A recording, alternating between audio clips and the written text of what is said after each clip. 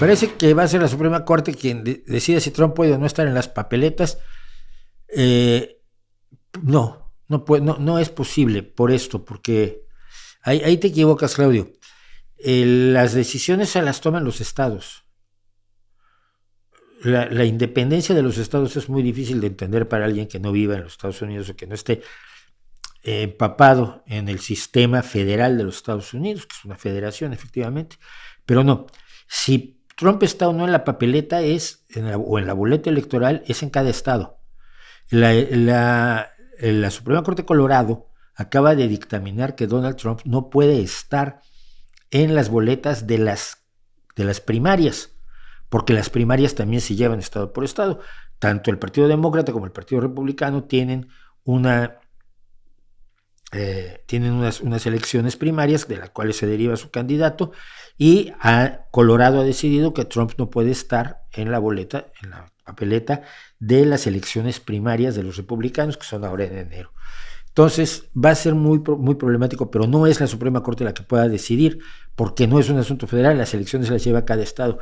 Esa es una de las razones por las que en cada estado se usan papeletas distintas o formas de votar distintas, que si la papeleta, si cruzas, si perforas, si es electrónico, si es un voto electrónico.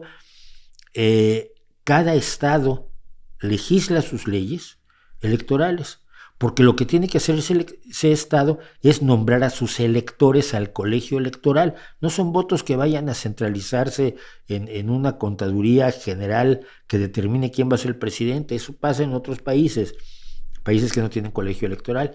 En Estados Unidos, cada estado organiza sus elecciones de modo que sepa a qué electores va a mandar, si van a votar por uno o por otro candidato. Actualmente hay 4 candidatos, tenemos 2 tarados que están haciendo lo posible por elegir a Trump desde el progresismo. Uno de ellos parece que se vuelve a lanzar la del Partido Verde, que la vez pasada, pues, en 2016, garantizó el triunfo de Donald Trump, curiosamente, contra Hillary Clinton, por un número de votos que se le fueron a Jill Stein, me parece que se llama, la del Verde. Luego está Robert F. Kennedy como independiente, y está un viejo intelectual de izquierda, negro, que ahora también ha decidido que se lanza, y todos son votos que ninguno de ellos le va a quitar votos a Trump, todos ellos les van a quitar votos, obviamente, a Biden. Trump tiene posibilidades muy reales de volver a ser presidente, sí las tiene. Y las tiene porque la variedad de populismo que maneja Donald Trump es, primero que nada, en este momento está marcando la pauta en todo el mundo. Pero es una marca de populismo en la cual no solo no hay vergüenza, no hay posibilidad, por ejemplo, de que tu reputación se destroce. Tu reputación, imagínate, a un presidente demócrata, a un candidato demócrata, que se acueste con una estrella del porno previamente haciendo que lo azoten con una revista Forbes con la cara de este político demócrata en la portada de Forbes. Entonces, pues, la estrella porno ya le pega y luego tienes relaciones con él, mientras están haciendo su hijo, acaba de nacer su hijo con su esposa en otro lado, pero él está aquí con la estrella porno. Luego, porque ayer a la estrella porno le da $130,000. Luego tiene affairs con todo el mundo y habla de las mujeres de una manera absolutamente despreciable y miserable.